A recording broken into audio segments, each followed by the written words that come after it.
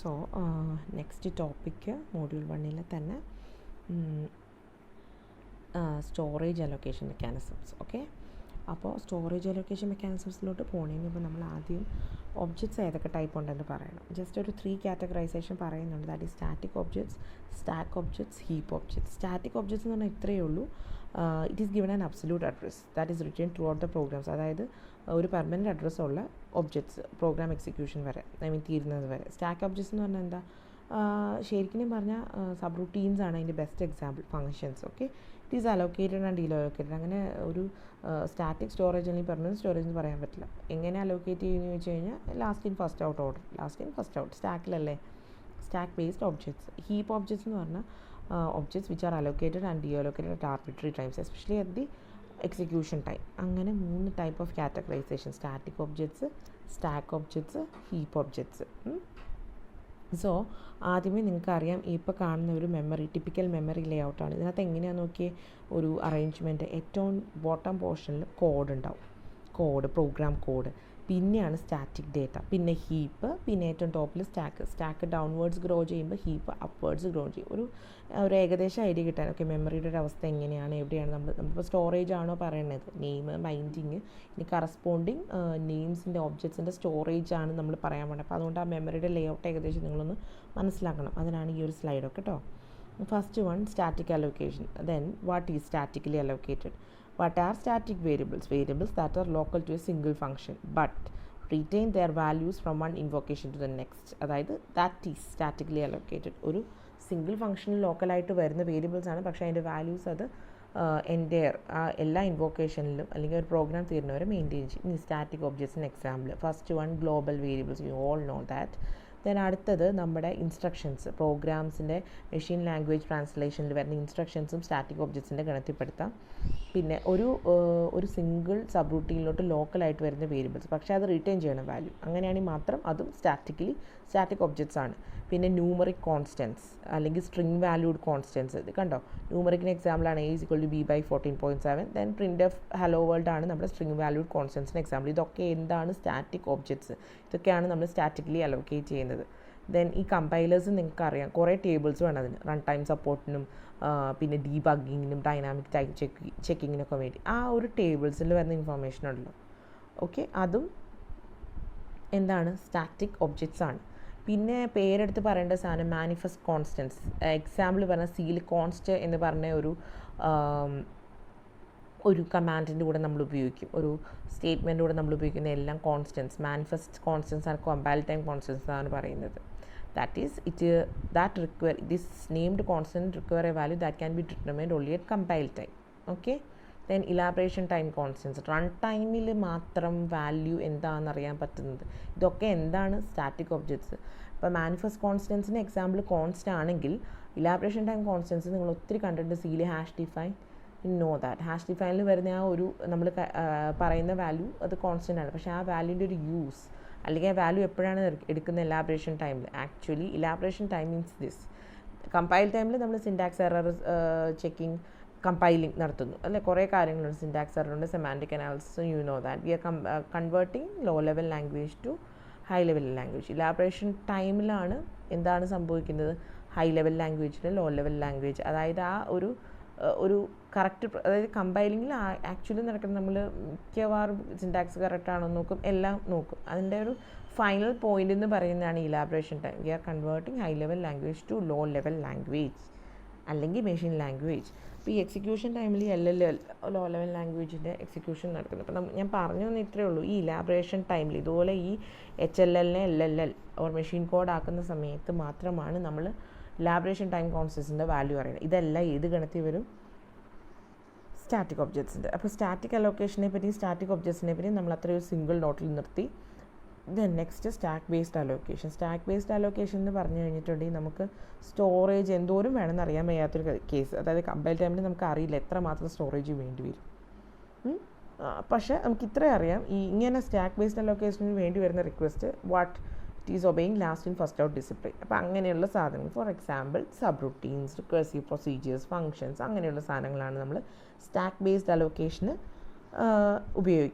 വേണ്ടി വരുന്നത്. ഓക്കെ, ഇപ്പം നമുക്കത് എക്സാമ്പിൾ തന്നിട്ടുണ്ട്. നമ്മുടെ സിയിലും C++ലൊക്കെ കാണുന്ന ലോക്കൽ വേരിയബിൾസ് പ്രൊസീജിയറിൽ കാണുന്ന, അതായത് പ്രൊസീജിയർ, പിന്നെ പ്രൊസീജിയർ കോൾ ഇൻഫോർമേഷൻസ്. അപ്പോൾ ഈ സ്റ്റാക്ക് ബേസ്ഡ് അലോക്കേഷനിൽ വരുന്നൊരു കാര്യം, ഒരു ഇമ്പോർട്ടൻറ്റ് പോർഷനാണ് frame, stack frames, activation records. അതായത് എങ്ങനെയാണ് സ്റ്റാക്ക് ബേസ്ഡ് അലോക്കേഷൻ. ഓക്കെ, ഈ ഫിഗർ കണ്ടോ, ഇത് നോക്കിയാൽ മനസ്സിലാവും. ആ മെയിൻ പ്രോഗ്രാം നോക്കിയാൽ there is A main function, it is calling A, then from A it is calling B, from B it is calling again B or else C, and from C it is calling D. അങ്ങനെയാണ് അതിൻ്റെ ഒരു calling sequence. So ഈ sub routines എന്താ ചെയ്യുന്നത്, main നമ്മൾ include ചെയ്തിട്ടില്ല. അപ്പോൾ A എന്നാണ് തുടക്കം. അപ്പോൾ ആദ്യത്തെ സബ് റൂട്ടീൻ എ ആയിരുന്നു, അതിനാദ്യം നമ്മൾ സ്റ്റാക്കിൽ എത്തി വെച്ചു sub routine A. Then B ആയിരുന്നു, ദെൻ ബി അഗെയിൻ ബീനെയാണ് വിളിക്കുന്നത്. അപ്പോൾ ആ ബി ഒന്നോടെ വന്നു, പിന്നെ ബി സീനെ വിളിച്ചു, അപ്പോൾ സി വന്നു, പിന്നെ ഡി വന്നു. അപ്പോൾ ഇപ്പോൾ ഏറ്റവും കറണ്ട് സബ് റൂട്ടീൻ എന്ന് പറഞ്ഞാൽ സ്റ്റാക്കിൻ്റെ ടോപ്പിലുള്ളത്. ഓക്കെ, അപ്പോൾ മനസ്സിലായി. സോ ഇങ്ങനെയാണ് സ്റ്റാക്ക് ബേസ്ഡ് അലോക്കേഷൻ. ഇപ്പോൾ ഈ സബ് റൂട്ടീൻ ഡി അവിടെ നിന്ന് റിട്ടേൺ ചെയ്ത് കഴിഞ്ഞാൽ അത് അവിടെ നിന്ന് മാറ്റും, ആ സ്റ്റാക്കിൽ നിന്ന് ആ പോർഷൻ പോയി. അപ്പം എഫിഷ്യൻറ്റ് മാനേജ്മെൻറ്റ് ഓഫ് സ്പേസ്. പിന്നെ ഓരോ സബ് റൂട്ടീൻ ഇരിക്കുന്ന സ്ഥലം is A frame or an activation record. അതിനകത്ത് എന്തൊക്കെ വാല്യൂസ് വരും നോക്കി. ആർഗ്യുമെൻറ്റ്സ് ഉണ്ടാവും, ടെമ്പററീസ് ഉണ്ടാവും, ലോക്കൽ വേരിയബിൾസ് ഉണ്ടാവും, മിസ്സലേനിയസ് ബുക്ക് കീപ്പിംഗ് ഉണ്ട്, റിട്ടേൺ അഡ്രസ് ഉണ്ട്, റൈറ്റ്. അപ്പോൾ ഇത്രയും കാര്യങ്ങളാണ് ഒരു ആക്ടിവേഷൻ റെക്കോർഡ് അല്ലെങ്കിൽ ഫ്രെയിമിൽ വരുന്നത്. ഓക്കെ, ദെൻ ഈ ആർഗ്യുമെൻറ്റ്സ് എന്ന് പറഞ്ഞാൽ എന്താ, ആ പർട്ടിക്കുലർ സബ് റൂട്ടീനിൽ വരുന്ന ആർഗ്യുമെൻറ്റ്സ്. ടെമ്പററീസ് എന്ന് പറഞ്ഞാൽ അതിനകത്ത് വരുന്ന temporary variables or local variables. Then miscellaneous bookkeeping എന്ന് പറഞ്ഞാൽ എന്തെങ്കിലും ഡീബഗ്ഗിങ് ഇൻഫർമേഷൻ അഡീഷണൽ ആയിട്ട് അതിനെപ്പറ്റി എന്തെങ്കിലും ആ സബ് റൂട്ടീനെ പറ്റി ഇൻഫർമേഷൻ കീപ്പ് ചെയ്യുന്നുണ്ടെങ്കിൽ അത്. പിന്നെ അതിൻ്റെ റിട്ടേൺ അഡ്രസ്. ഓക്കെ, കോൾ കഴിഞ്ഞ് കംപ്ലീറ്റ് ചെയ്ത് അങ്ങോട്ട് റിട്ടേൺ ചെയ്യണം. പിന്നെ ഒരു 2 പോയിൻറ്റേഴ്സും കൂടെ ഉണ്ട്, FP ആൻഡ് SP. SP നിങ്ങൾക്ക് അറിയാം, stack pointer, it is denoting the top position of the stack. FP എന്തിനായിരിക്കും, FP is the frame pointer, non location. അതായത് ഇപ്പോഴത്തെ കറണ്ട് സബ് റൂട്ടീൻ്റെ സ്റ്റാർട്ട് അഡ്രസ്സ്, അതാണ് വാട്ട് FP. അത് കിട്ടിക്കഴിഞ്ഞാലാണ് അതിന് അത് പ്ലസ് ഒരു ഓഫ് സെറ്റ്, ഒരു ഡിസ്പ്ലേസ്മെൻറ്റ് ആഡ് ചെയ്താലാണ് നമുക്ക് എന്ത് ചെയ്യാൻ പറ്റുള്ളൂ, ആ ഇന്നർ സബ് റൂട്ടീൻസിലോട്ട് എത്താൻ പറ്റുള്ളൂ, അഡ്രസ്സ് ചെയ്യാൻ പറ്റുള്ളൂ. അതിന് വേണ്ടിയിട്ടാണ് സ്റ്റാക്ക് പോയിൻറ്ററും ഫ്രെയിം പോയിൻറ്ററും. So 2 pointers, we have stack frames or activation record, then അതിനകത്ത് ഡീറ്റെയിലിംഗ്, ദെൻ ഇതാണ് stack based allocation as a whole. Then what is a calling sequence and prologue and epilogue. Actually ഈ stack maintain ചെയ്യാൻ എന്ന് പറഞ്ഞാൽ ഈ subroutine calling സീക്വൻസിൻ്റെ പ്രൊലോഗിൻ്റെയും എപ്പിലോഗിൻ്റെയും ഒന്നിച്ചുള്ള ഉത്തരവാദിത്തമാണ്. വാട്ട് ഈസ് എന്താണ് ഡീറ്റെയിലിംഗ് നമ്മൾ മോഡ്യൂൾ 3 കാണും. ഇത്രയും മനസ്സിലാക്കുക. കോളിംഗ് സീക്വൻസ് എന്ന് പറഞ്ഞാൽ എന്താണ്, കോഡ്, ഒരു കോളർ എക്സിക്യൂട്ട് ചെയ്യുന്ന code, before and after call. അതെന്തെങ്കിലും മീൻസ് ഒരു കോൾ ചെയ്യുന്നതിന് മുമ്പ് അയാൾ എന്ത് ചെയ്യുന്നു, അത് കഴിഞ്ഞിട്ട് അയാൾ, അതാണ് കോളിംഗ് സീക്വൻസ്. പ്രൊലോഗ് എന്ന് പറഞ്ഞാലോ beginning of the subroutine, epilogue എന്ന് പറഞ്ഞാലോ എൻഡ്. സോ ഈ 3 കൊണ്ട് കൂടുന്നതാണ് what maintenance of the stack. Terms ഓർക്കണം, prologue, epilogue, calling sequence. Then frame pointer ഞാൻ പറഞ്ഞു, it's a register that always points to the known location within the frame of the current subroutine. So either plus a predetermined offset or displacement. We are using a displacement addressing for that. അത് എന്ത് give ചെയ്യും, okay, ഒരു variable, ഒരു particular position, ആ സ്റ്റാക്കിനുള്ളിലെ ഏതെങ്കിലും inner sub റൂട്ടീനിലോട്ട് ഒരു position. So access, അതാണ് frame pointer. ഇതിൻ്റെ ഏറ്റവും വലിയ അഡ്വാൻറ്റേജ് എന്താ, stack based implementation, less memory is efficiently handled. Then next one, heap based allocation for dynamically allocated objects, that is the objects which are deallocated and allocated arbitrary times. What is the example, character strings, list sets whose size may change. അതായത് means നമുക്ക് പറയാൻ പറ്റില്ല, എപ്പോൾ അത് മാറും, completely continuously changing statements.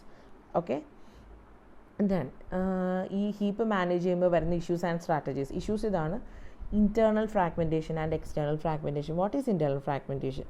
അതായത് നമ്മളൊരു storage management അൽഗോരിതമാണ് consider ചെയ്യുന്നത്. അതായത് നമ്മൾ ഹീപ്പിൽ ഒരു പർട്ടിക്കുലർ പൊസിഷൻ എടുത്ത് കൊടുക്കുകയാണ്. അപ്പോൾ നമ്മൾ കൊടുക്കുന്ന ബ്ലോക്ക് എന്ന് പറയുന്നത് നമുക്ക് ആവശ്യം, അതായത് നമുക്കൊരു ഒബ്ജക്റ്റ് അതിനകത്ത് വെക്കണം, അതിനാണല്ലോ ഹീപ്പ് അലോക്കേറ്റ് ചെയ്യുന്നത്. അപ്പോൾ ആ പോർഷൻ എന്ന് പറഞ്ഞാൽ നമുക്ക് വേണ്ട ഒബ്ജക്റ്റ് അല്ലെങ്കിൽ നമ്മുടെ കയ്യിലുള്ള ഒബ്ജക്റ്റിനേക്കാളും ഇത്തിരി സ്പേസ് കൂടുതലായിരിക്കും, എക്സ്ട്രാ സ്പേസ് ഉള്ളതായിരിക്കും. അതായത് കറക്റ്റ് ഇപ്പോൾ ആ നമ്മുടെ കയ്യിലുള്ള ഒബ്ജക്റ്റിന് അത്രയും വരുന്നൊരു സ്പേസ് അവിടെ കിട്ടണമെന്നില്ലല്ലോ.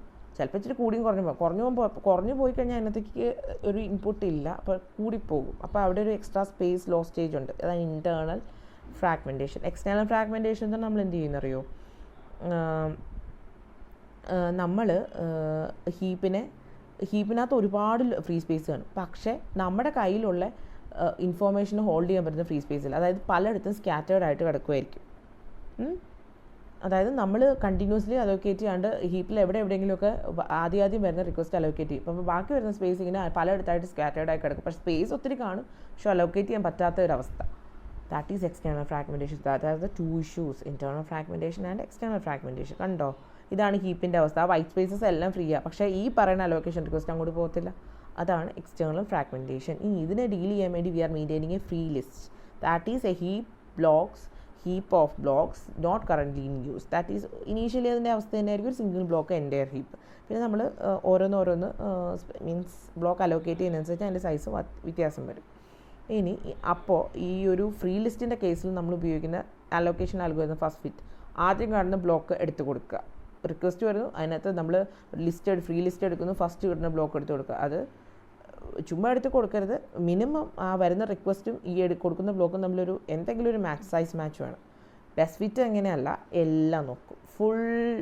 ഫുൾ ലിസ്റ്റ് സ്കാൻ ചെയ്തിട്ട് ഏറ്റവും അപ്രോപ്രിയേറ്റ് പൊസിഷൻ എടുത്തു കൊടുക്കും. പക്ഷേ ഒരു പ്രശ്നമുണ്ട്, ഒരുപാട് പൈസ, higher allocation cost best fit. ഇനിയിപ്പോൾ രണ്ട് കേസിലും നമ്മൾ എന്താ ചെയ്യണതെന്ന് വെച്ചിട്ടുണ്ടെങ്കിൽ എങ്ങനെ കൊടുത്താലും ഒരിത്തിരി സ്പേസ് മിച്ചം വരും. സോ അൺനീഡഡ് പോർഷനെല്ലാം നമ്മളൊരു ഫ്രീ ലിസ്റ്റിൻ്റെ തന്നെ വേറൊരു പോർഷൻ, അതായത് ലിസ്റ്റ് ഓഫ് സ്മോളർ ബ്ലോക്ക് എന്ന് പറഞ്ഞു വയ്ക്കും. ഇനിയിപ്പോൾ ഏതെങ്കിലും ഒരു പോർഷൻ എപ്പോഴെങ്കിലും ഫ്രീ ആവുകയാണെങ്കിൽ ഈ അതായത് സ്മോളർ ബ്ലോക്കിൻ്റെ ലിസ്റ്റിൽ നിന്ന് ഒരെണ്ണോട് എടുത്ത്, അതായത് ഇത് രണ്ടും കൂടെ അഡ്ജസ്റ്റൻ്റ് ആയിട്ട് വെക്കും. അപ്പോൾ കമ്പൈൻ ചെയ്ത ഇത്രയോടെ സ്ഥലം കിട്ടുമല്ലോ. അപ്പോൾ വേറൊരു അലോക്കേഷനെ അതിന് സാറ്റിസ്ഫൈ ചെയ്യും. അങ്ങനെ ഒരു എന്താ പറയുക, ഒരു കുഞ്ഞ് സ്ട്രാറ്റജി ഇതിൻ്റെ ഇടയ്ക്ക് ഉപയോഗിക്കുക. അതായത് വി ആർ ഡീലിങ് അതായത് ഇതുപോലെ ബെസ്റ്റ് ഫിറ്റും ഫസ്റ്റ് ഫിറ്റും വെച്ച് അലോക്കേറ്റ് ചെയ്തിട്ട് മിച്ചം വരുന്ന സ്പേസിനെല്ലാം കൂടെ ആദ്യം ഒരു സ്മോളർ ലിസ്റ്റിലോട്ട് വയ്ക്കും. പിന്നെ കറസ്പോണ്ടിംഗ്ലി സ്പേസ് ഫ്രീ ആവണേ അനുസരിച്ച്, അതായത് ഇപ്പോൾ ഈ സ്മോളർ ലിസ്റ്റിലുള്ള ഏതെങ്കിലും ബ്ലോക്കിൻ്റെ തൊട്ടടുത്തുള്ള ഒരു ബ്ലോക്കാണ് ഫ്രീ ആവണമെങ്കിൽ അവിടെ ഒരു വലിയ സ്പേസ് വരില്ലേ. അപ്പോൾ ആ ഒരു രീതിയിൽ കമ്പൈൻ ചെയ്ത് പോവാം. പക്ഷേ ഇതിനൊക്കെ കോസ്റ്റ് ഓഫ് അലോക്കേഷൻ ഈസ് കൂടുതലാണ്. അതുകൊണ്ട് നമ്മളൊരു പുതിയ കൺസെപ്റ്റിലോട്ട് പോവാണ്, പൂൾസ്. What is pool? ഹീപ്പിൽ എന്താണ് പൂൾ? POOLS. ദാറ്റ് ഈസ് എല്ലാ റിക്വസ്റ്റിനും നമ്മളൊരു സ്റ്റാൻഡേർഡ് സൈസിലോട്ട് റൗണ്ട് അപ്പ് ചെയ്തിട്ട് അതിനെ അലോക്കേറ്റ് ചെയ്യുന്നു. അതായത് we are maintaining separate free list. അതായത് പൂളിനകത്ത് എന്താണെന്ന് വെച്ചാൽ കുറേ ലിസ്റ്റ് കാണും, ഫ്രീ ലിസ്റ്റ് കാണും. അതിൻ്റെ ബ്ലോക്കിനൊക്കെ അതായത് ഒരു പൂളിൽ ഒത്തിരി ലിസ്റ്റ് ഉണ്ട്. ആ ലിസ്റ്റിലുള്ള ഓരോ ലിസ്റ്റിനും ഓരോ ബ്ലോക്ക് സൈസ്, അതായത് ഡിഫറെൻറ്റ് ബ്ലോക്ക് സൈസസ് ഉള്ള ഡിഫറെൻറ്റ് സ്റ്റാൻഡേർഡ് ബ്ലോക്ക് സൈസസ് ഉള്ള കുറേ ഫ്രീ ലിസ്റ്റ്, അതിൻ്റെ ഒരു combination, that is known as pool. ഇത് നമുക്ക് സ്റ്റാറ്റിക്കലിയും ചെയ്യാം, ഡൈനാമിക്. പൂൾ എന്താണെന്ന് നിങ്ങൾക്ക് മനസ്സിലായെന്ന് എനിക്ക് തോന്നുന്നു. നമ്മൾ വരുന്ന റിക്വസ്റ്റിനെ എല്ലാം ഒരു സ്റ്റാൻഡേർഡ് സൈസിലോട്ട് കൺവേർട്ട് ചെയ്യും. അപ്പോൾ അതിന് വേണ്ടി നമ്മുടെ കയ്യിൽ ഹീപ്പ് വേണം. ആ ഹീപ്പിനകത്തൊരു പൂൾ വേണം. പൂളിനകത്ത് ഒത്തിരി ലിസ്റ്റ്. ഓക്കെ, ആ ലിസ്റ്റ് ഓരോ ലിസ്റ്റിനും ഓരോ ബ്ലോക്ക് സൈസ് ആയിരിക്കും, ഓരോ സ്റ്റാൻഡേർഡ് ബ്ലോക്ക് സൈസ്. ആ ഒരു അവസ്ഥയിൽ അപ്പം ഡൈനാമിക്കലി പൂൾ ക്രിയേറ്റ് ചെയ്യണതാണ് ബെറ്റർ ഓപ്ഷൻ. അതിന് ഒരു സജഷൻ പറയുന്നുണ്ട്, ബഡി സിസ്റ്റവും ഫിബൊനാച്ചി ഹീപ്പും. ബഡി സിസ്റ്റം എന്ന് പറഞ്ഞാൽ എന്താണ്? We are allocating standard block sizes as power of 2. അതായത് നമുക്ക് വേണ്ടത് 2K സൈസുള്ളൊരു ബ്ലോക്കാണ്. അപ്പോൾ എന്ത് ചെയ്യും? 2K ഇല്ലെങ്കിൽ നമുക്ക് എന്താ ചെയ്യാൻ പറ്റും? 2K +1 ഉണ്ടാവും. ഓക്കെ, 2K വേണം നമുക്കിപ്പോൾ ഒരു റിക്വസ്റ്റിന് വേണ്ടിയിട്ട്. അപ്പോൾ 2K ഇല്ല നമ്മുടെ കയ്യിൽ. 2K +1 ഉണ്ടെങ്കിൽ അതിന് രണ്ടായിട്ട് സ്പ്ലിറ്റ് ചെയ്ത് ഒരു ഹാഫിൽ നമുക്ക് സാറ്റിസ്ഫൈ ചെയ്യാം, മറ്റേ ഹാഫിന് വെറുതെ വിടാം.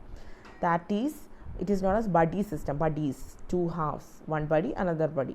Then Fibonacci heap ആണെങ്കിലോ ഈ ഒരു പൂളിൻ്റെ അഡ്ജസ്റ്റ്മെൻറ്റ് എങ്ങനെ ആയിരിക്കും? പവേഴ്സ് ഓഫ് 2 അല്ല, അത് ബഡി സിസ്റ്റത്തിൽ. ഈ കേസിൽ വരുമ്പോൾ നമ്മൾ ആ ഫിബൊനാച്ചി നമ്പേഴ്സിൻ്റെ സ്റ്റാൻഡേർഡ് സൈസസ്, ഫിബൊനാച്ചി നമ്പേഴ്സാണ് നമ്മുടെ സ്റ്റാൻഡേർഡ് സൈസ്. ഇത് കുറച്ചുകൂടെ കോംപ്ലക്സ് ആണ്. പക്ഷേ ഇൻറ്റേർണൽ ഫ്രാഗ്മെൻറ്റേഷൻ ഇതിനകത്ത് കുറവായിരിക്കും, slightly lower internal fragmentation. Okay, കുറച്ചുകൂടെ ബെറ്റർ ഫിബൊനാച്ചി ഹീപ്പാണ്. ദെൻ എക്സ്റ്റേണൽ ഫ്രാഗ്മെൻറ്റേഷൻ്റെ ഡിസഡ്വാൻറ്റേജസ് ആണ് പറയുന്നത്. എന്തൊക്കെയാണ്? ഈ ഹീപ്പിൻ്റെ എന്തായാലും എബിലിറ്റി ഡിഗ്രേഡ് ചെയ്തുകൊണ്ടിരിക്കും റിക്വസ്റ്റ് സാറ്റിസ്ഫൈ ചെയ്യാനുള്ള. പിന്നെ സ്മോളർ പോർഷൻസ് ഇതുപോലെ സ്കാറ്റേർഡ് ആയിട്ട് കിടന്ന് വേസ്റ്റായി എങ്ങനെയൊക്കെ ശ്രമിച്ചാലും പോകും. പിന്നെ പറയാവുന്ന ഒരു കാര്യം, നമുക്ക് കോമ്പാക്റ്റ് ചെയ്യാമെന്ന് പറഞ്ഞു കഴിഞ്ഞിട്ടുണ്ടെങ്കിൽ ഫ്രീ ബ്ലോക്കിനെല്ലാം ഒരു പോർഷനിലോട്ടാക്കുക, ഓക്യുപ്പൈഡ് ബ്ലോക്കിനെല്ലാം കൂടെ ഒരു പോർഷനിലോട്ടാക്കുക. പക്ഷേ നമ്മൾ അങ്ങോട്ടും ഇങ്ങോട്ടും ഈ ബ്ലോക്സ് മാറ്റുമ്പോൾ അതുമായിട്ട് റിലേറ്റ് ചെയ്തേക്കണ മൊത്തം റെഫറൻസും മാറും. അപ്പോൾ ഇതെല്ലാം കൂടെ അപ്ഡേറ്റ് ചെയ്ത് മെയിൻറ്റെയിൻ ചെയ്യാന്ന് പറഞ്ഞാൽ ഭയങ്കര കോംപ്ലിക്കേറ്റഡ് ആവും. ഓക്കെ, ദെൻ ഇനി ഹീപ്പ് നമുക്ക് വേണ്ട, ഹീപ്പിൽ അലോക്കേറ്റ് ചെയ്തൊരു സ്പേസിൽ നമുക്ക് വേണ്ടാത്തൊരവസ്ഥ വന്നാൽ എന്ത് ചെയ്യാം? ഒന്നുമില്ല മാനുവലി ഡി അലോക്കേറ്റ് ചെയ്യാം. സിയിലും പാസ്കലിലും അതിന് പ്രൊവിഷൻ ഉണ്ട്. അല്ലെങ്കിൽ ഓട്ടോമാറ്റിക് ഡി അലോക്കേഷൻ വയ ഗാർബേജ് കളക്ഷൻ. അതാണ് ഇപ്പോൾ എല്ലാ പ്രോഗ്രാമിംഗ് ലാംഗ്വേജസ് ഫോളോ അപ്പ് ചെയ്യുന്നത്. ജാവ എക്സാമ്പിളാണ്. അതായത് ഹീപ്പിൽ ഉള്ള ഒബ്ജക്ട്സിനെ റിമൂവ് ചെയ്യണം. ഓക്കെ, ദെൻ സെമി ഓട്ടോമാറ്റിക്, അതിന് എക്സാമ്പിളാണ് C++. അപ്പോൾ ഇങ്ങനൊരു പ്രൊവിഷൻ ഉണ്ട് എന്ന് മാത്രം മനസ്സിലാക്കുക. ഓക്കെ, ഇനിയിപ്പം ഗാർബേജ് കളക്ഷൻ ഓൾറെഡി ഞാൻ പറഞ്ഞതാണ് ആദ്യത്തെ ഒരു സെക്ഷനിൽ എന്താണെന്നുള്ളത്. ആവശ്യമില്ലാത്ത സ്പേസ്, ഒത്തിരി ഒക്യുപ്പൈഡ് ആയിട്ട് സ്പേസ് കിടപ്പുണ്ട്. പക്ഷേ ഈ പറഞ്ഞ ഒബ്ജക്ട്സ് ഒന്നും എവിടെ യൂസ് ആവുന്നില്ല, നമുക്ക് അതിനെ ഓട്ടോമാറ്റിക്കലി റിമൂവ് ചെയ്യാം. പക്ഷേ ഗാർബേജ് കളക്ഷൻ ഡിസഡ്വാൻറ്റേജസ് ഉണ്ട്. എക്സ്ട്രാ ബർഡൻ വരാം, മെഷീൻ റിസോഴ്സസ് ഒരുപാട് കൺസ്യൂം ചെയ്യാം. പക്ഷേ ഗാർബേജ് കളക്ഷൻ ഇല്ലെങ്കിൽ വരാവുന്ന മെയിൻ ഇഷ്യൂസ് എന്തൊക്കെയാണ്? It is there can be memory leak and tangling reference. അത് വെച്ച് നോക്കുമ്പോൾ automatic garbage collection is a better option. So ഇത്രയായിരുന്നു നമ്മുടെ storage allocation schemes. Okay, so ഇതൊരു യൂണിവേഴ്സിറ്റി ക്വസ്റ്റൻ ആണ്. നോക്കാം. What determines whether and object is allocated statically or on the stack or on the heap. എന്താണ് answer? Scope of the object as well as its type. Okay, അപ്പോൾ ഞാൻ പറഞ്ഞല്ലോ 3 type of objects ഞാൻ ആദ്യമേ പഠിപ്പിച്ചു. ഈ ഒരു സെഷൻ തുടങ്ങിയപ്പോൾ പറഞ്ഞതാണ്. ആ ഒബ്ജക്ട്സിൻ്റെ ബേസിൽ എങ്ങനെ അലോക്കേറ്റ് ചെയ്യുന്ന ഏത് ഒബ്ജക്റ്റാണ്, ഏത് ടൈപ്പ്, ഇത് സ്റ്റാക്ക് സബ് റുട്ടീൻസ് ആണോ, അല്ലെങ്കിൽ സ്റ്റാറ്റിക് ഒബ്ജക്ട്സ് ആണോ, അല്ലെങ്കിൽ ഹീപ്പോ ഡൈനാമിക്കലി അലോക്കേറ്റഡ് ഒബ്ജക്റ്റ്, ആ ഒബ്ജക്ട്സിൻ്റെ ടൈപ്പിൻ്റെ ബേസിലാണ് നമ്മൾ ഡിസൈഡ് ചെയ്യുന്നത് വിച്ച് സ്കീം. ഓക്കെ, അപ്പോൾ നന്നായിട്ട് നോക്കുക. സിമ്പിൾ പോർഷനാണ് allocation schemes. Then thank you.